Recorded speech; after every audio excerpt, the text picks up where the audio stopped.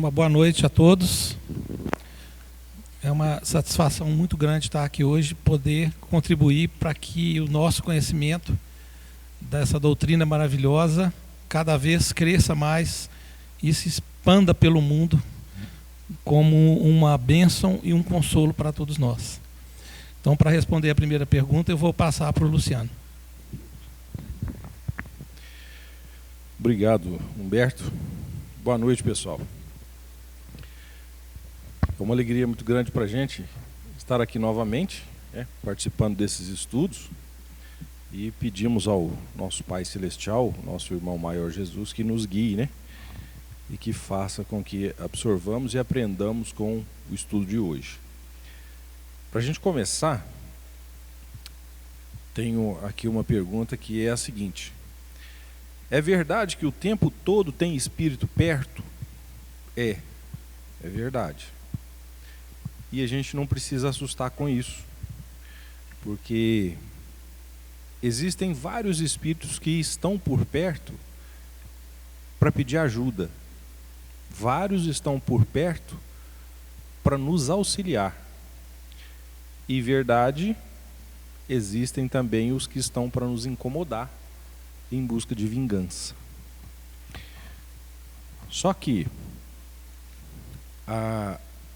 a presença desses espíritos no nosso meio, ela precisa ser enxergada de uma forma, não como a gente vê aí nos ditos populares, que são fantasmas.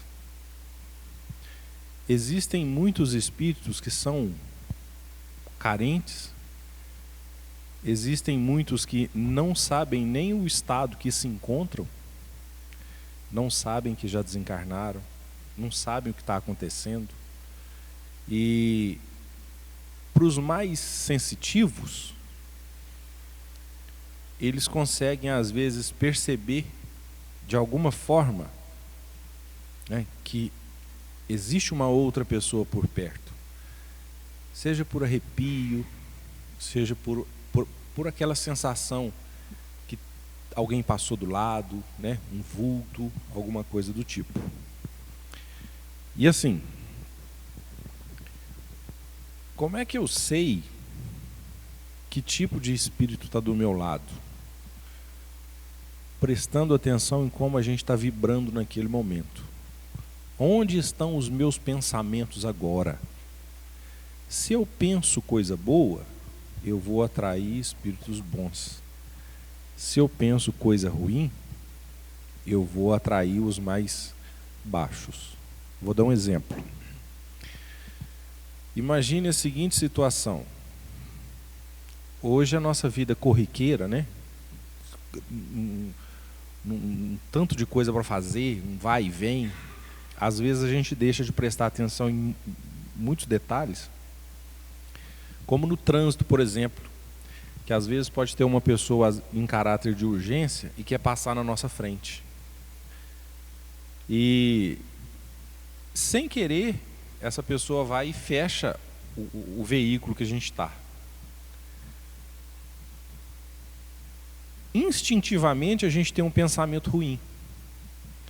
Se a gente está vibrando muito baixo e sai um pensamento do tipo, podia bater, ou uma carreta podia passar por cima, porque a gente está expressando aquele sentimento ruim que veio à tona no momento de que você está com pressa às vezes. Quando eu solto esse pensamento, eu vou atrair todos os espíritos que têm o mesmo pensamento. Eles vão pensar assim: opa, tem um ali que está querendo igual eu, então eu vou lá. Se a gente pensa uma coisa boa, do tipo, deve estar numa situação de emergência, que Deus o acompanhe. Esses mesmos que estão com os pensamentos negativos, nem próximo eles chegam, porque eles querem estar próximos dos que pensam como eles pensam.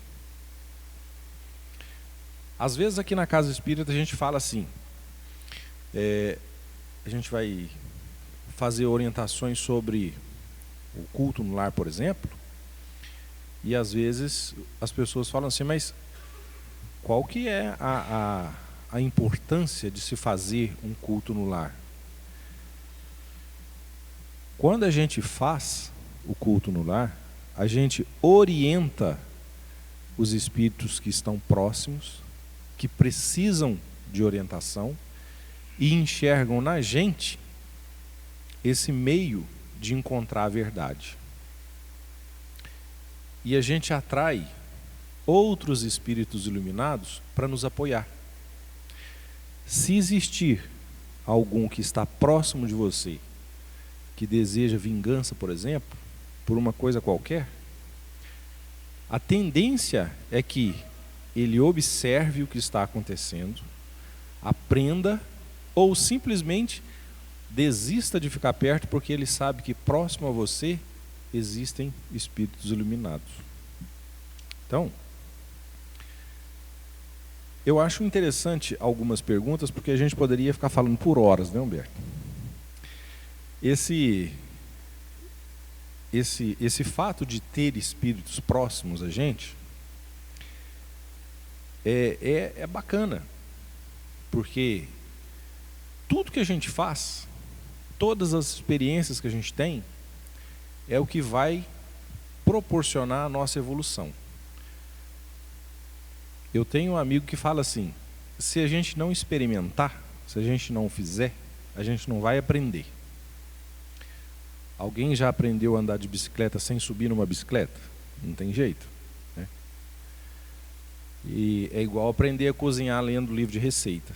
Também não tem jeito. Então a gente precisa fazer, né? Precisa passar pela experiência para a gente ver que dói, né? Que fere, que a gente fica triste, que a gente fica magoado, que a gente fica chateado e que a gente pode causar isso nas outras pessoas também.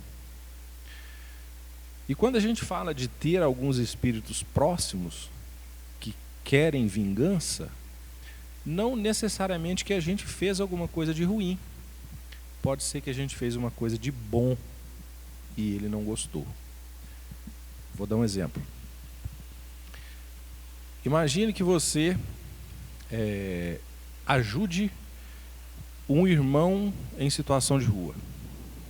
Ele está deitado lá na calçada e tem fome e frio.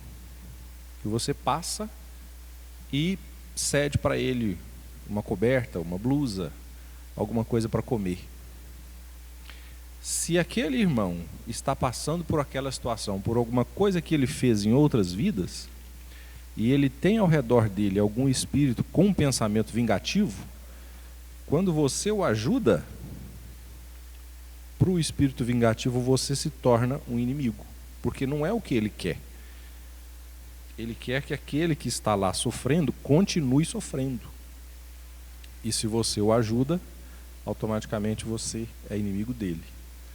E não raro ele passa a te acompanhar, querendo descontar essa raiva que você fez nele por um ato bondoso. Então, quando a gente fala assim, olha, eu sinto que eu tenho, que eu percebo alguns espíritos que não são bons. Não necessariamente a gente fez uma coisa ruim e muito menos que é para a gente desesperar. Porque se a gente for ver todas as coisas que a gente fez, tudo que a gente passou, nós estamos aqui para nos redimir. Se foi uma coisa ruim que a gente fez, nós vamos passar por isso. Se foi uma coisa boa que você fez, que bom, porque você ajudou uma pessoa e com certeza você vai ter o mérito por isso, né? Então, para a gente finalizar, não é um motivo de ter medo. É muito comum, inclusive, algumas pessoas ouvirem barulhos, terem a sensação que alguém passou Não tenham nenhum tipo de medo. Os espíritos, eles não fazem mal físico para a gente no dia a dia. Eles conseguem se a gente vibrar baixo, né? Se você deseja o mal, eles vão ter condições de te influenciar até a fazer o mal. Pense bem, mantenha o pensamento elevado, procure fazer uma reforma íntima, né, que vai dar tudo certo. Eu espero ter sido claro. Humberto, se você quiser complementar, fique à vontade. Eu adoro esse tema, viu, Luciano? Adoro esse tema. E a pergunta que está comigo aqui é um complemento fantástico do que ele falou. Como impedir que o espírito nos faça mal? Dá para falar uma semana. Mas eu participo aqui nas quintas-feiras de um estudo de mediunidade. E uma das coisas que eu acho assim, mais espetaculares na doutrina do Cristo são as frases, as lições que ele nos deixa. Dentro dessa ótica, você não é a sua mente. Vou repetir, você não é a sua mente. Por trás da sua mente tem o seu espírito. Então, quando você fala em o espírito não te fazer mal, nós precisamos manter a nossa frequência muito alta. O que quer dizer isso, gente? Pensar no bem. Nós não somos a nossa mente domina a maioria das pessoas, porque não tem consciência de que você pode, através da frase do Cristo, o orai e vigiai, manter a sua mente sob controle. Olha, pensem para vocês verem o tanto que isso é fantástico. Até outro dia aqui no estudo eu comentei a respeito de às vezes, assim, bandidos, pessoas que estão num nível muito ruim, elas não têm controle da mente delas. E você orar no dia a dia é pegar a sua vibração. Costumo dizer assim, a frequência do FM vai de 88 até 105. Cara, eu estou lá no 105. Se eu estou no 105 com a frequência alta, eu vou sintonizar com tudo que é de bom. Eu não deixo a minha mente me dominar.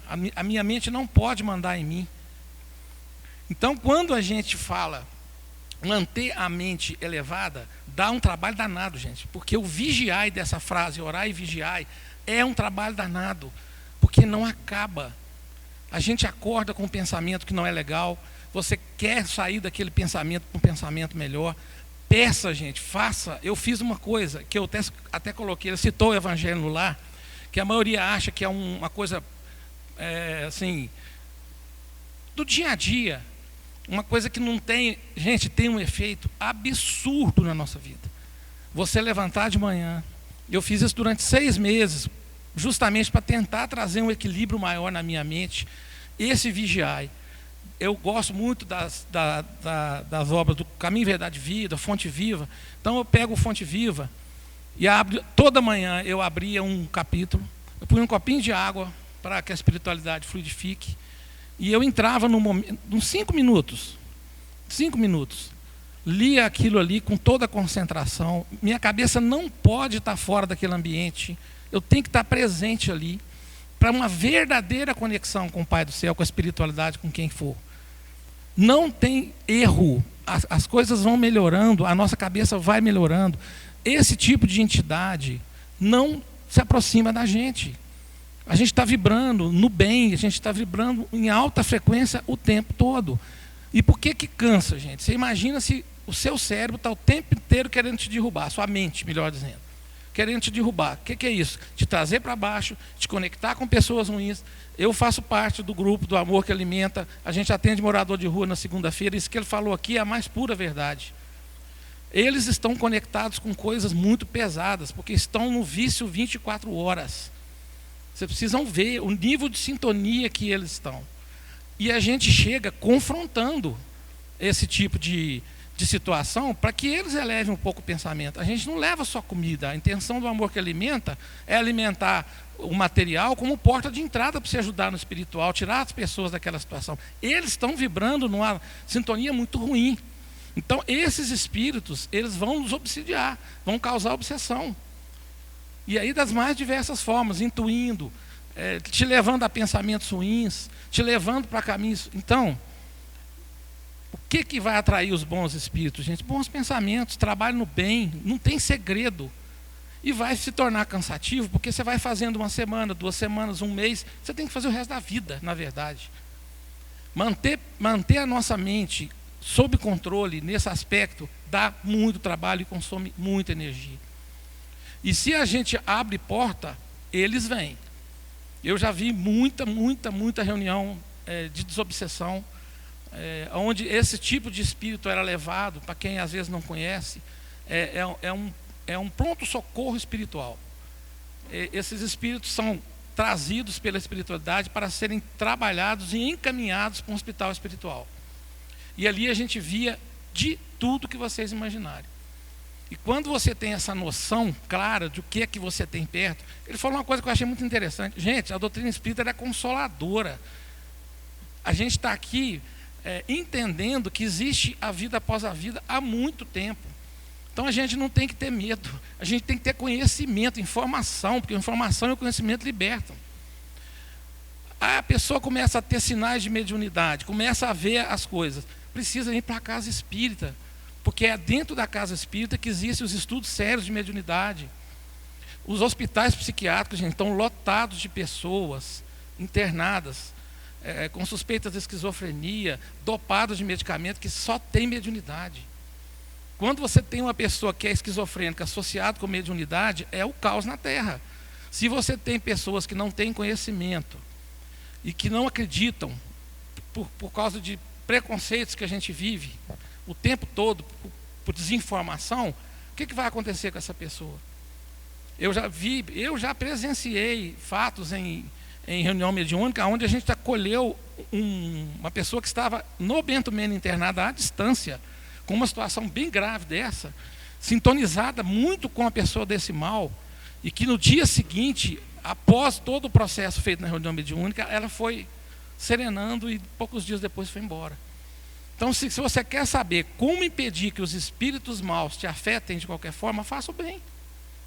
Faça o bem, trabalhe no bem, faça trabalho voluntário. A casa aqui está cheia de oportunidades para todos nós. Não deixe a sua mente te dominar.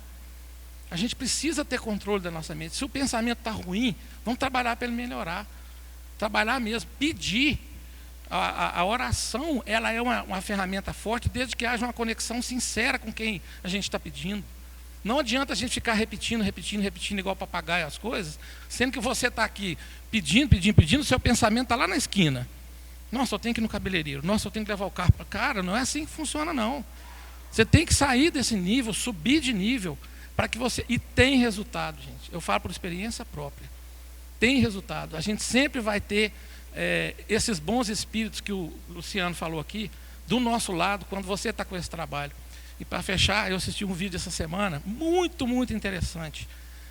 Uma pessoa que não tem nada a ver com o espiritismo, com religião, com filosofia, nada. Falando que, quando se fala que a pessoa, quando faz o bem, é ela que é premiada, vamos dizer assim, né? Eu não sou dessa área, não entendo de medicina, mas eu gosto muito. O sujeito estava explicando que quando a pessoa faz caridade desinteressada, tem uma onda de ocitocina, que é um desses hormônios que nos trazem bem-estar, bem viver, assim, em níveis, isso são estudos científicos. E o mais incrível, foi tudo medido, né? Foi tudo testado. Quem faz, tem a ocitocina, recebe uma carga de ocitocina. Quem escuta, quem recebe de nós aquele ato, também tem, e quem ouve também tem. Então, se vocês me ouviram falando agora, possivelmente vocês vão estar com carga de ocitocina agora no cérebro de vocês. É incrível. Então, não tem mistério. A gente tem um caminho muito simples, baseado na filosofia que o Cristo nos ensinou. Obrigado, Humberto. Realmente é muito bacana essa colocação sua, porque tem várias coisas que a gente faz que a gente pode experimentar isso. Vou dar um exemplo simples para que vocês entendam. Na época de Natal, por exemplo, essas campanhas que a gente vê aí, né, cartinhas e tudo mais, a maioria delas, as crianças mais humildes, elas pedem coisas que a gente fala assim, não acredito que ela quer só isso. Às vezes uma pede uma barra de chocolate, porque nunca experimentou comer uma barra de chocolate. A outra fala assim, eu queria material escolar. Se você tiver a oportunidade de levar pessoalmente, se levar outras coisas, ótimo, mas leve o que a criança pediu e entregue para a criança uma barra de chocolate. O sorriso dessa criança é indescritível. Eu não consigo transformar isso em palavras. A gente, quando a gente fala assim, quer ver? A gente ganhou o dia? Não, a gente ganhou uma vida. Porque o que aquela criança passa para a gente de energia positiva é fabuloso. E outra coisa, não é só a criança não. Tem todas as pessoas ao redor da criança. Aí você vê, a mãe está em lágrimas, o pai está... E eu sou fraco para falar isso, eu choro também, sabe? E eu, geralmente, quando eu tenho a oportunidade de fazê-lo, eu peço de antemão, falo, não faz, senão eu vou chorar. Só que quando eu falo, eu já estou chorando. E chorar é bom. Porque já viram aquele ditado que as lágrimas lavam a alma? E é isso mesmo. Observem que todas as vezes que a gente chora, não por uma notícia triste, né? Mas por essa emoção, e que eles falam que não cabe no peito e transborda nos olhos, né? Assim que a vida da gente simplesmente se renova. A gente passa a ver o dia mais colorido. Cores que a gente não percebia, elas ficam vivas. Nessa hora, você está vibrando lá em cima. E é fácil da gente perceber, como o Humberto disse. As sensações que você tem revelam a faixa da sua vibração. Se você está bem, se você está tendo pensamentos positivos. E quando você tem aquela sensação gostosa de, nossa, parece que vai acontecer uma coisa boa. Além de você estar vibrando positivamente, você está acompanhado por espíritos iluminados. Bom, vamos voltar aqui na pergunta. Só uma coisinha rápida. Eu esqueci de falar o mais importante da ocitocina. Você tem que fazer um trabalho voluntário sem querer nada em troca. Porque se houver qualquer intenção de ganhar qualquer coisa, a ocitocina não vai. Olha que incrível isso. Não flui, né? Olha só, essa pergunta, inclusive, é em complemento às duas anteriores. E ela diz o seguinte: eu vejo vulto no meu quarto. Ver vulto no quarto pode estar relacionado com questões espirituais? Pode. Mas também pode estar relacionado com questões psicológicas. Quando Humberto citou das situações que a pessoa cria, né, na mente, que a mente controla a própria pessoa, existe um lado que é um lado que pode ter uma deficiência patológica. Existem algumas coisas da mente da gente que podem ser doenças mesmo. Então, se você está fazendo um tratamento psiquiátrico, se conhece alguém que está fazendo um tratamento psiquiátrico, não é para deixar, de forma alguma. Mas é interessante dar uma olhada para ver se tem alguma coisa de mediunidade aí. Porque o que acontece? Se uma pessoa fala assim, olha, eu vi alguém no meu quarto. É igual as pessoas que têm a mediunidade de audição. Você ouviu isso? Parece que tem alguém aqui falando alguma coisa. Aquela pessoa que tem uma sensibilidade mais aflorada, ela consegue ouvir e consegue ver, não com a definição que a gente vê os encarnados, mas ela consegue ver os vultos. Claro que existem os médiums que conseguem ver as pessoas límpidas e cristalinas como a gente vê os encarnados agora. Então, para a pessoa que fez essa pergunta, vamos voltar um pouquinho ao tema da pergunta passada, não precisa ter medo. Se você vê um vulto no seu quarto, de repente aquela pessoa sente que você é a única mais próxima que pode ajudá-la. Faça uma oração por ela. Venha ao centro espírita, porque aqui ela pode ser amparada, né? Ela pode ser acolhida por outros espíritos.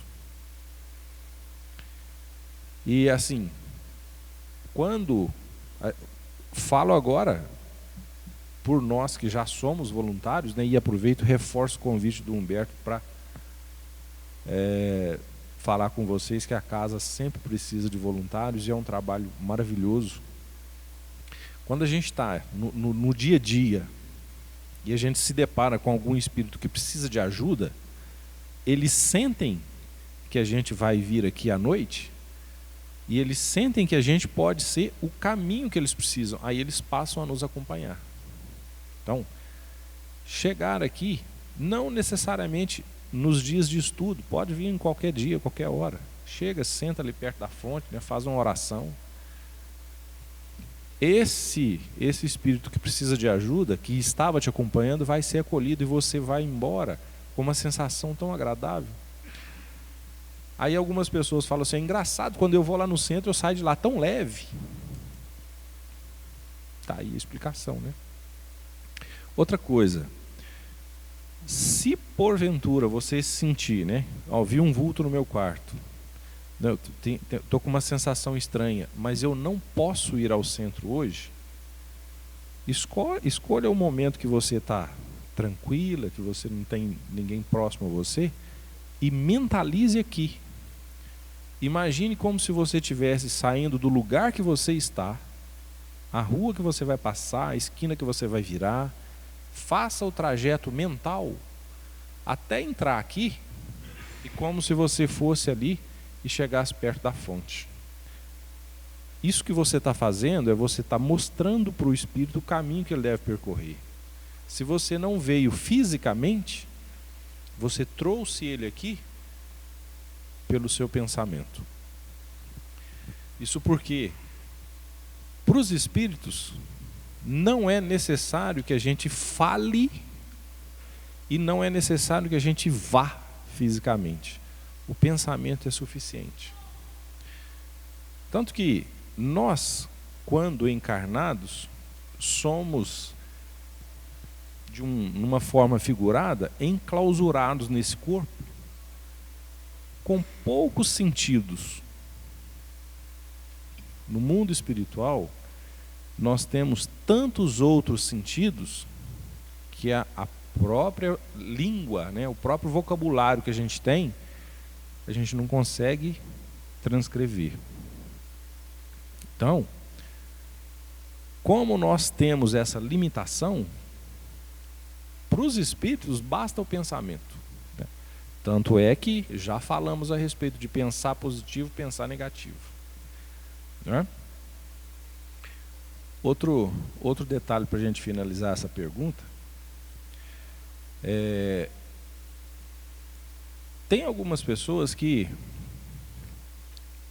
têm uma sensibilidade, às vezes veem, às vezes ouvem, às vezes sentem alguma coisa no braço, né? Que são as pessoas que poderiam psicografar, ficam com medo de falar, ficam com medo de pôr para fora. Às vezes, com medo de ser taxada como louca. Eu não vou falar não, vai que acho que eu sou louco, né?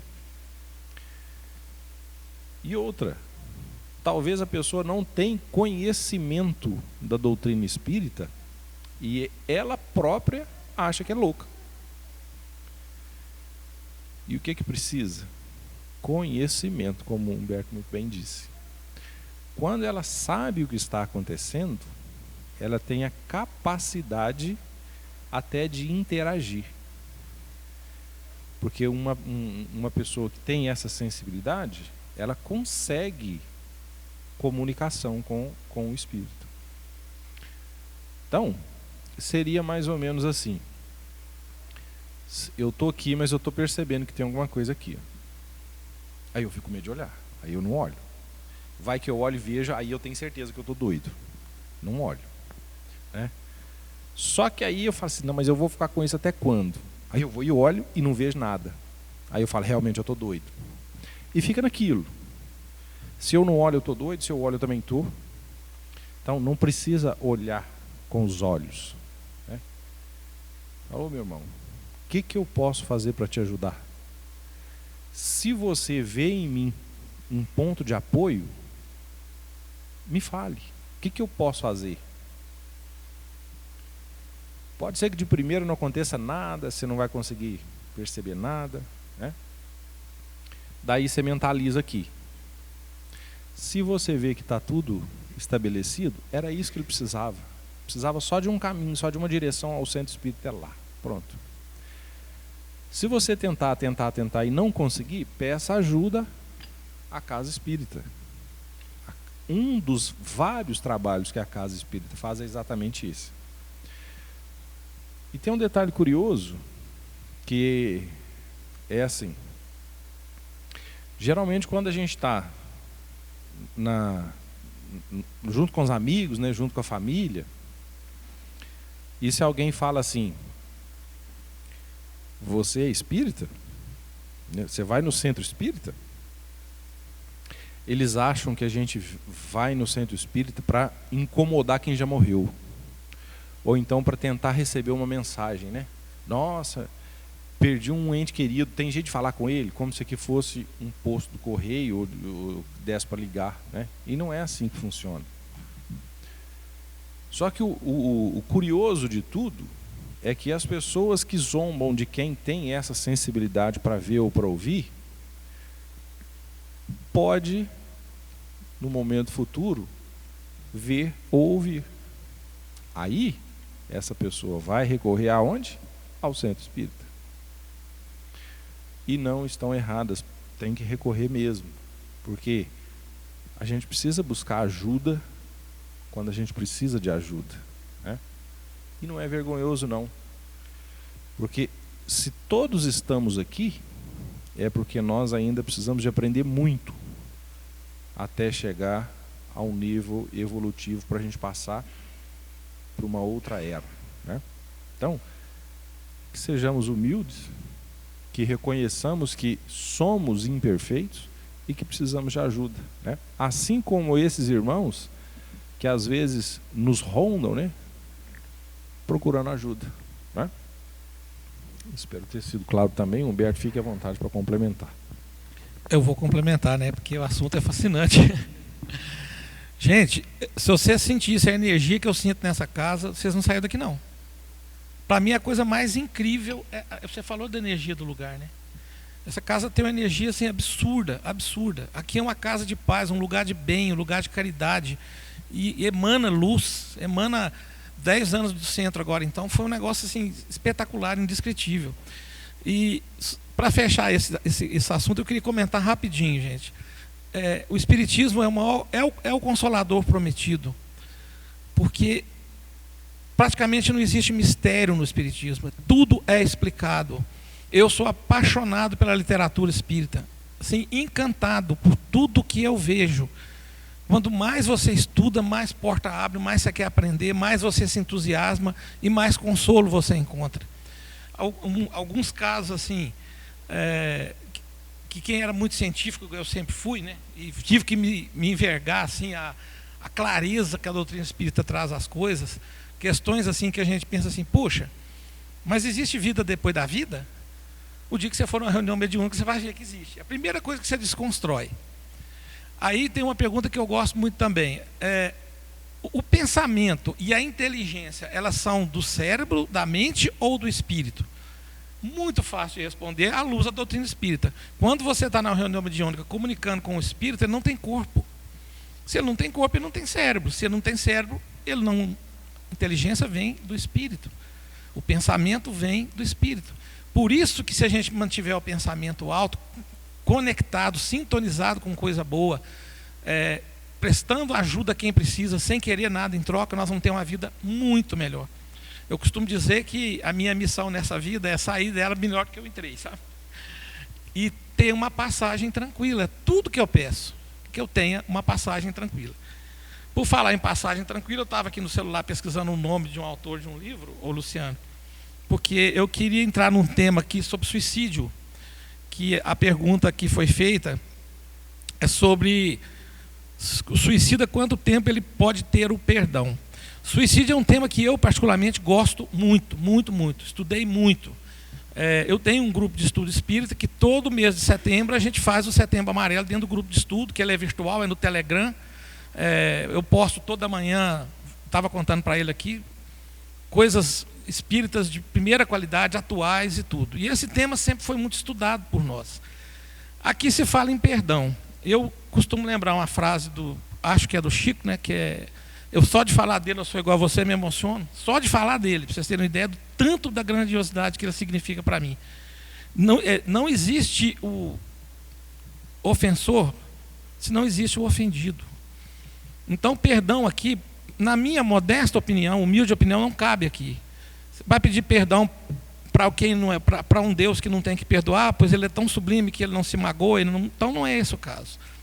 O que eu queria citar e contar algumas coisas aqui sobre suicídio que são assim muito impactantes no aspecto da informação, no aspecto da prevenção, no aspecto do conhecimento. Nós falamos aqui várias vezes, gente, conhecimento liberta. Conhecimento é tudo que a gente precisa, informação é tudo. Tudo que se discrimina da justiça, da doutrina espírita nesse mundo é por desinformação intencional, o que é pior. Intencional. Nesse sábado passado, a Kátia está ali, ela vai lembrar, Kátia, o Eduardo Augusto participou conosco aqui, ele é católico, né? E veio para fazer uma palestra maravilhosa sobre direito do consumidor para as famílias carentes. E ele participou da nossa abertura, da nossa oração, que a Shirley fez brilhantemente. Ele nunca tinha vindo a uma casa espírita, ele não sabia nem onde era. A visão que ele tinha deve ser essa que você citou para baixo. Mais tarde eu fiquei sabendo que ele é cunhado do meu irmão. Ele virou para o meu irmão e falou assim: você sabia que lá eles rezam Pai Nosso e Ave Maria? Você sabia disso? Vai ver que aqui ele achava que a gente entrava e como diz você, tem um telefone, você liga para o lado de lá, enfim. Então a informação é a nossa grande arma. Então eu queria passar para vocês algumas informações assim, bem impactantes sobre suicídio e tecer alguns breves comentários sobre isso, porque eu acho muito importante. Nós estamos entrando em julho, todo mês de setembro foi criado o Setembro Amarelo como prevenção do suicídio. Gente, suicídio é uma questão de saúde pública, das mais graves que vocês imaginarem. Eu vou dar uns dados aqui que são assim de arrepiar mesmo. A cada 4 segundos uma pessoa tenta suicídio. A cada 40 segundos uma pessoa no mundo consegue se matar. Enquanto eu estou falando uma frase, uma pessoa já se matou. O último dado estatístico que eu tenho da Organização Mundial de Saúde, que controla isso, foram 800 mil suicídios num ano no mundo. Suicídio mata mais do que guerra. Suicídio mata mais que várias doenças. Então, gente, o Luciano falou uma coisa aqui que me atentou para isso. Gente, se precisar de ajuda, procure ajuda. A gente chegou até a tentar uma vez criar o CVV aqui. Mas agora existe o CVV Nacional no 188, que acolhe, que tem pessoas do lado de lá preparadas, que fazem curso para poder atender as pessoas que estão num estado depressivo nesse nível. E eu falei de obras que eu estava aqui pesquisando, eu já coloquei essas obras no grupo algumas vezes, e se alguém tiver interesse, curiosidade, elas estão disponíveis inclusive em áudio, porque no grupo eu só coloco o áudio e vídeo, que é o Memórias de um Suicida, da Ivone Amaral Pereira, um livro extremamente impactante, muito, muito forte, e eu gosto sempre de citar, assim, não como exemplo de para chocar não, mas para mostrar uma realidade. O capítulo 12 desse livro tem o testemunho de um suicida que pulou na frente de um trem, que é dos piores tipos de suicídio que existem, que a pessoa vai ficar rememorando aquilo ali. Gente, é duro de falar, mas a pessoa fica catando pedaços durante muitos e muitos anos num estado psíquico muito grave. Se a maioria de nós tivesse essa noção de que o suicídio não resolve nada, você está criando um outro problema, a gente evitaria muito suicídio. Um outro dado, assim, um segundo livro, chama-se Suicídio, do Richard Simonetti. Gosto muito dele, muito bom também. E o terceiro, que é o que eu estava pesquisando, é Suicídio e Suas Consequências, de Gerson Simões Monteiro. Esses 3 livros a gente já passou no grupo algumas vezes. Se as pessoas tivessem noção do que acontece com a família de quem se suicida, na estatística, cada suicida ele afeta diretamente 20 pessoas no entorno dele. São 20 pessoas afetadas num grau emocional, psicológico ou psiquiátrico assim, indescritível. Porque do que eu vi, do que eu estudei, gente, as pessoas começam a sentir culpa. Pô, como é que eu não vi que a pessoa estava nesse estado? Como é que eu não percebi que ela estava com tendências suicidas? E aí você afeta uma família inteira, destrói uma família inteira. A maioria das pessoas que, por exemplo, pula de algum lugar alto para suicidar, na metade do caminho ela já arrependeu, só que já foi. A gente recebeu em reuniões mediúnicas vários suicidas. E é incrível como é fidedigno o que está na literatura espírita quando vem um espírito de um suicida. O caso nosso lá foi um suicida direto, porque tem um suicídio indireto. Mas esse foi tiro na cabeça. Ele veio com as mesmas sensações escritas nesses livros. Um negócio incrível. Então, o que eu queria falar disso aqui, gente, assim, é deixar um alerta. Primeira coisa, não pode enfrentar a pessoa que tem intenções suicidas. Se na sua cabeça aqui agora você tem ideias desse tipo, procure ajuda. É uma questão de assim básica, procure ajuda, procure um centro espírita onde você vai ser acolhido. Aqui tem um acolhimento fraterno. Procure saber se você nesse momento está me ouvindo falar e pensando assim, por que eu vim aqui hoje? Não foi à toa, gente. Essa pergunta não veio à toa, de repente o que eu estou falando não foi à toa. Você não está sozinho. A doutrina espírita traz um consolo muito, muito grande para a nossa vida. Ela consegue nos trazer para a plenitude da nossa existência, para o tal do caminho da luz. Quando a gente estuda e a gente começa a entender e começa a ver as coisas acontecendo na prática. Não é só teoria. Eu estou falando aqui de prática, de vivência prática. Então, se tiver alguém na família que está assim, eu vou me matar, não brinca com ele não enfrenta ele não, que ele se mata. Isso é conselho médico. Não eu sou o que estou falando, não. Não subestime a dor do outro. Porque a dor lancinante de alguém que quer se matar, ou que se matou, ela não cabe no peito. Aqui quem teve dores, todos nós vivemos dores a vida inteira, né, gente? Todos nós passamos as nossas dores. Essa Terra é um planeta de expiação e provas, porque nós não somos evoluídos o suficiente para estar em outro lugar. A gente está aqui agora porque a gente precisa estar aqui agora. Tudo isso faz parte da nossa evolução. Eu, no meu coração, tenho a visão clara desse caminho de luz. Pode demorar quantos anos para chegar, quantas encarnações forem, não me importa. Esse é o caminho. Então, para fechar o assunto do suicídio, eu sei que às vezes assim, é impactante falar isso, mas eu acho que é um assunto que precisa ser discutido. Tem muita bobagem escrita aí mundo afora, livros, 13 Reasons Why, quem lembra daquilo, né? 13 razões para se matar, livros de quem... Gente, na minha opinião, uma irresponsabilidade, porque a pessoa não sabe a consequência.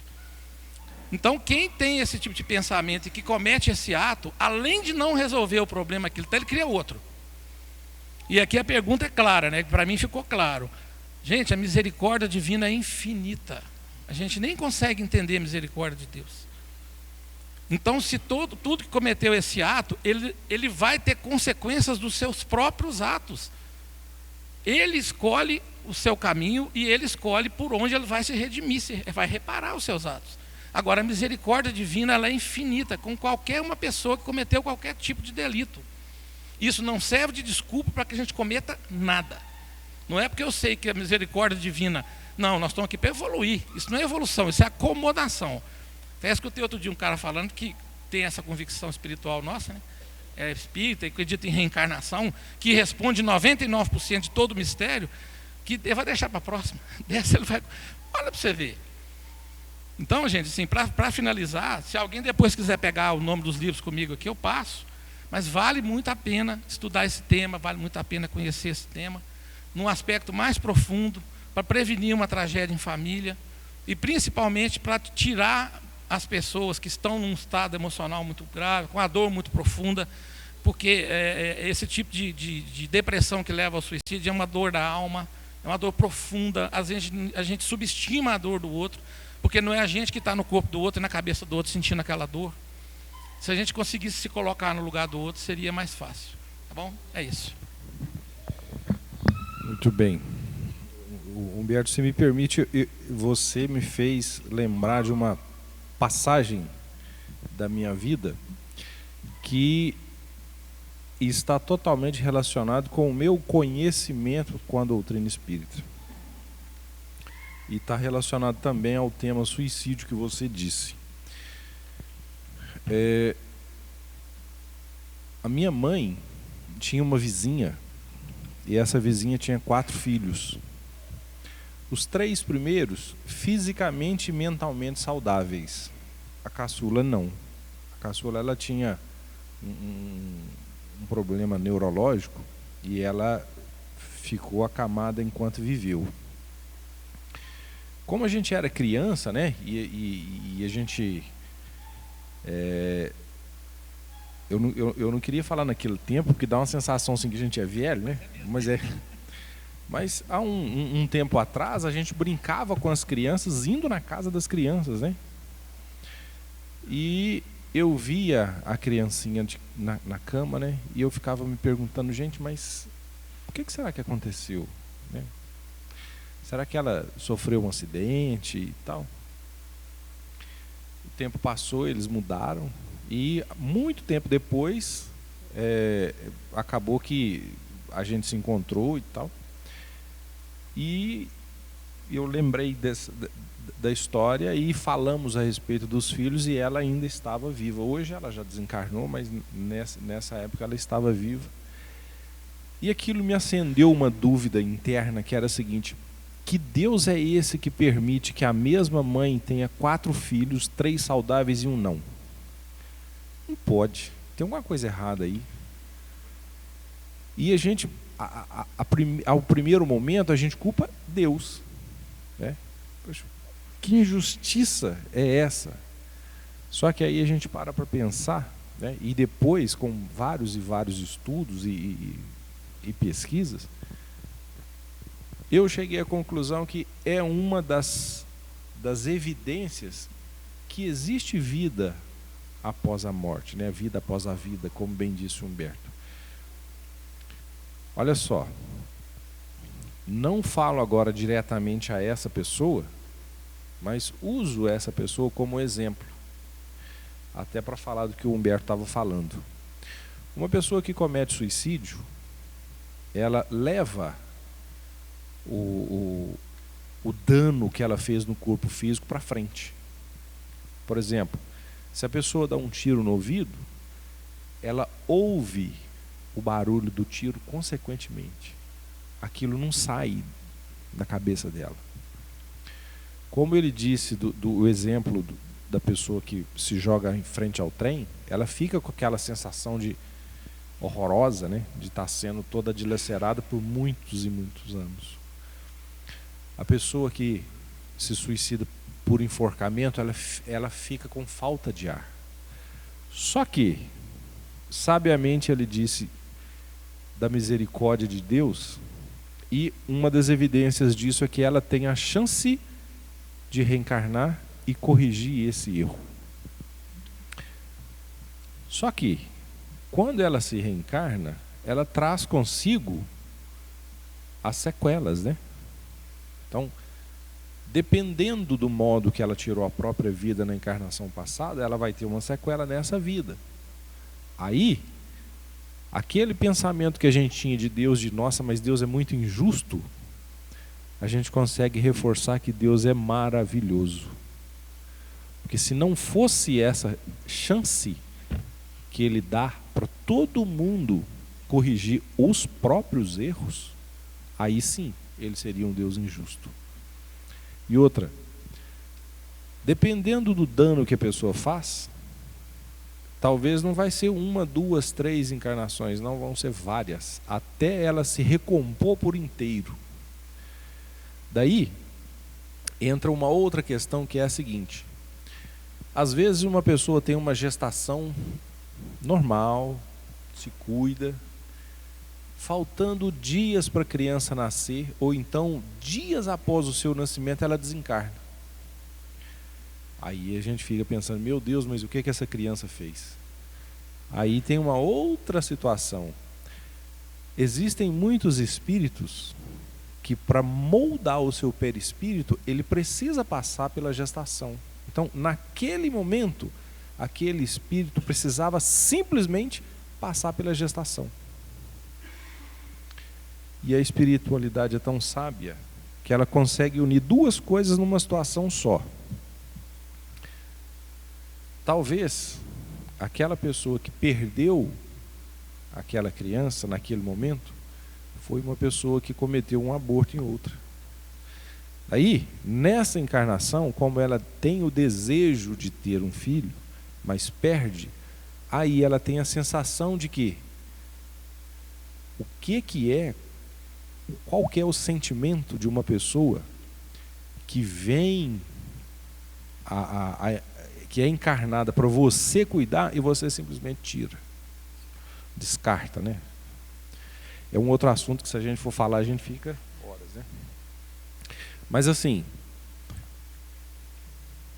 por que a gente fala tudo isso? Porque realmente o suicídio é um tema delicado. A gente precisa se atentar a pequenos detalhes, a pequenos sinais, né?